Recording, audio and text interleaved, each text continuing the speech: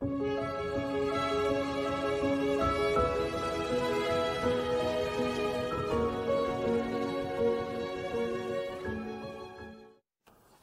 ni ndugu Miss. Nimekuwa shahidi wa Yehova tangu mwaka 1985, mwaka ambao nilichagua kubatizwa nikiwa na umri wa miaka 18 na kujiunga na dini ambayo mama yangu alinifundisha. Baba yangu ambaye alikuwa mhandisi wa kilimo, mkurugenzi wa shule ya wahandisi, alinipa elimu ya kisayansi. Niliona inavutia kuchota kutoka vyanzo hivi viwili vya msukumo ili kujitengenezea njia yangu mwenyewe. Kwa hivyo nilifanya masomo ya muda mrefu ya chuo kikuu, tuseme masomo ya chuo kikuu ya muda mrefu kiasi, ambayo yaliniruhusu kuwa mwalimu kwa sasa, licha ya shinikizo la kijamii lililopo. Ni kweli miongoni mwa mashahidi wa Yehova la kutofanya masomo ya muda mrefu. Kwa hivyo mimi sikupata shinikizo hili. Kwa kweli ilikuwa imejificha, lakini tuseme kwamba kwa vile mama yangu alikuwa akihudhuria kwa mbali kidogo mkutano wa mashahidi wa Yehova, sikusumbuliwa sana kwa hilo. Basi mafundisho ya mashahidi wa Yehova yalivutia kwa sababu ya mambo mawili makuu yafuatayo, yaani, kwanza, walikuwa watu ambao walikataa katika mafundisho na pia katika vitendo walikataa kufanya vita kuua jirani yao. Kwa hivyo hilo lilikuwa jambo ambalo nilihisi pia. Kwa hivyo nilikubaliana kabisa, na kwa maoni yangu ilikuwa ni dini pekee ambayo ilifikia undani wa mambo hadi wakati huo. Na kwa upande mwingine ilikuwa ni dini pekee kwangu ambayo ilimtambua Mungu wa kweli kama Yehova, jina lake linaloonekana katika Biblia ya Kiebrania. Niligoma kufanya huduma ya kijeshi na nikahukumiwa kifungo cha miezi 12 gerezani. Tukio hili ni muhimu sana kwa sababu kwa upande mmoja najivunia, na kwa upande mwingine sikufuata tu dini yangu. Katika hali hiyo nilifanya uamuzi wa busara, uamuzi wangu mwenyewe, kwa kusoma kanuni ya kitaifa ya huduma ya kijeshi kwa mfano, na msimamo wangu ulikuwa thabiti wa kibinafsi, na sikuwahi kuachana na msimamo huo katika maisha yangu. Ni sheria rahisi kuelewa ukweli wa kutotaka kuua jirani yako, na kwa hivyo unapopigana vita, bila shaka unaweza kuua watu wengine. Ni sheria ambayo mimi nahisi ndani yangu. Tunaita hiyo sheria ya asili, na ni tukio muhimu sana katika maisha yangu ambalo lilikuwa na ushawishi mkubwa katika msimamo wangu wakati wa mgogoro wa COVID. Kadiri maisha yangu yalivyokuwa sambamba na mafundisho ya dini hii, inaweza kusemwa kuwa maisha yangu yalikuwa mazuri. Niliweza kupata mwenzi mwaminifu. Nilipata watoto wawili ambao wao wenyewe waliweza kustawi katika maisha yao binafsi na ya kifamilia. Mama yangu aliishi mwaka wa 1975 kama shahidi wa Yehova. Aliweza kunisimulia kilichotokea, na kwa muda unabii kuhusu mwisho wa dunia ulikuwa umekuwa kama muziki wa nyuma ambao haukuwa na utekelezaji halisi kwangu. Nilikuwa msaidizi nikiwa na umri wa miaka 22, mzee nikiwa na miaka 30, na nilihisi kwamba mashahidi wa Yehova walihitaji wazee wenye uwezo wa kufikiri kwa uhuru na kuzingatia kanuni za kibiblia. Kwa bahati mbaya, nilikutana na wachache, na niliona polepole nia ya baraza kuu ikipendelea wazee roboti ambao hasa wana uwezo wa kutii. Kuanzia mwaka wa 2010, wazee hawakuwa na uwezo tena wa kufanya maamuzi wao wenyewe. Kwa mfano, ilibidi kuandika kwa tawi ili kujua kama tulikuwa na haki ya kutumia programu, kama tulikuwa na haki ya kufanya uhamisho, kama tulikuwa na haki ya kubadilisha balbu katika chumba cha ufalme na kadhalika.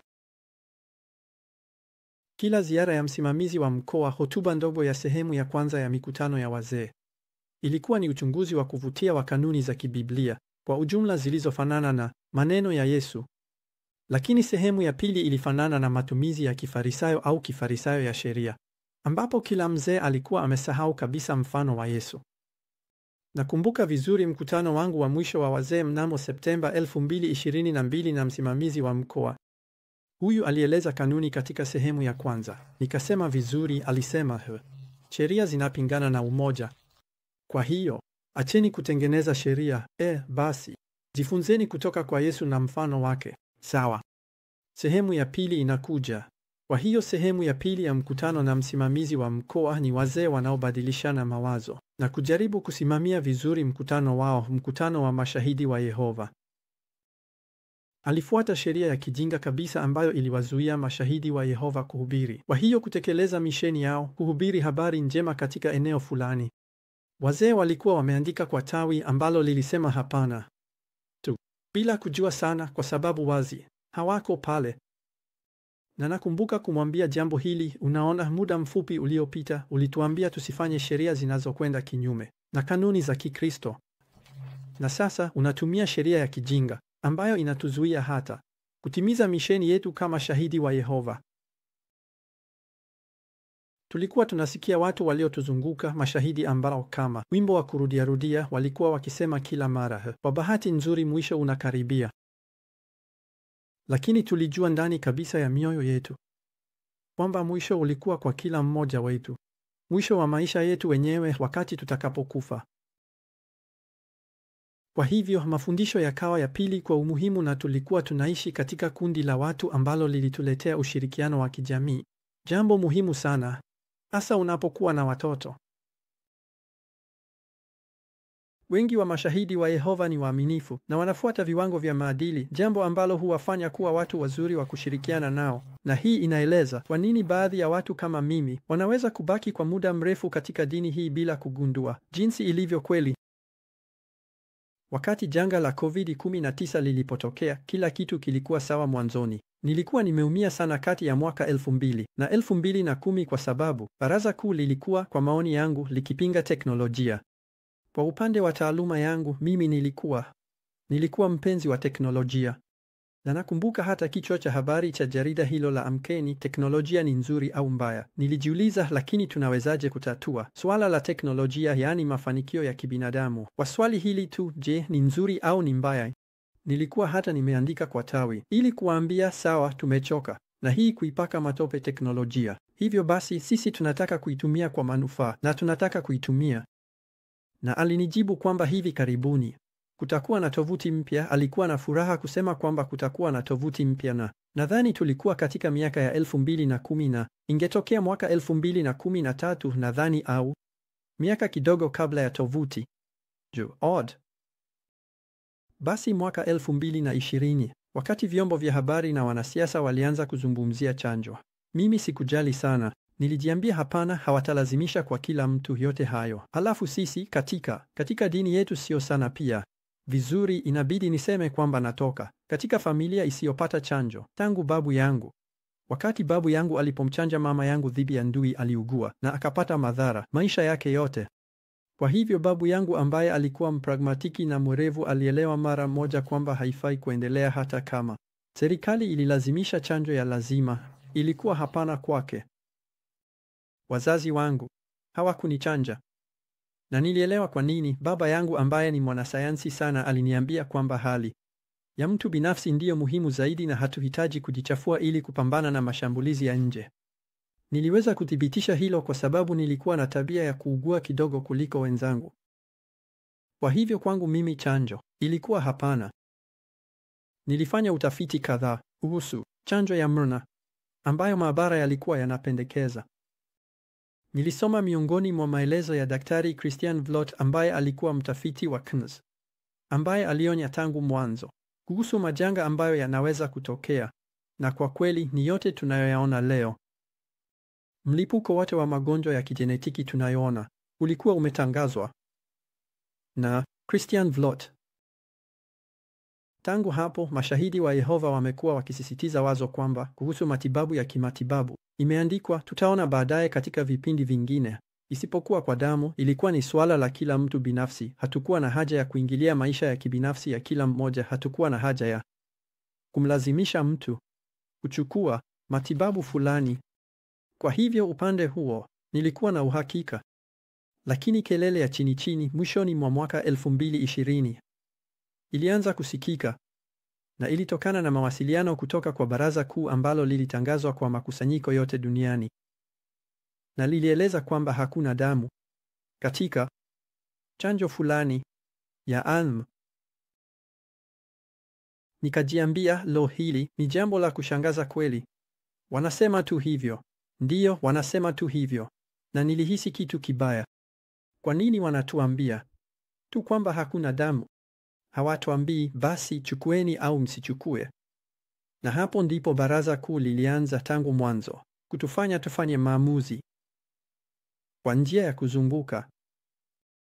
Tutasema bila kujihusisha moja kwa moja, bila kuwa na msimamo thabiti.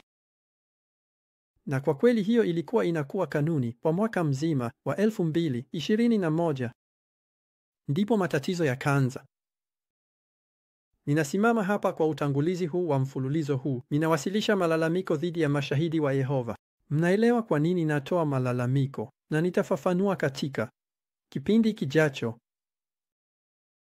Hapa kuna hoja mbalimbali ambazo ninapanga kuendeleza katika vipindi vijavyo. Kukataa kujiunga na jeshi kwa sababu ya dhamiri kumepuuzwaje? Jinsi polepole ulaghai wa ridhaa ulivyokuwa kawaida kwa mashahidi wa Yehova. Jinsi baraza kuu lilivyofikia hata kuwa na hatia ya ubaguzi. Hii ndiyo sababu hoja hii ndiyo inayoniruhusu kutoa malalamiko dhidi ya mashahidi wa Yehova. Na katika eneo lingine, mnaona hapa ninafanya video nikiwa na uso wazi. Labda mnaweza kushangaa kwa sababu hakuna mashahidi wa Yehova wengi wanaofanya video wakiwa na uso wazi. Kwa sababu wanaogopa kufukuzwa, wanaogopa kuitwa waasi. Naam, nitataja jinsi ya kuondoa hofu hii.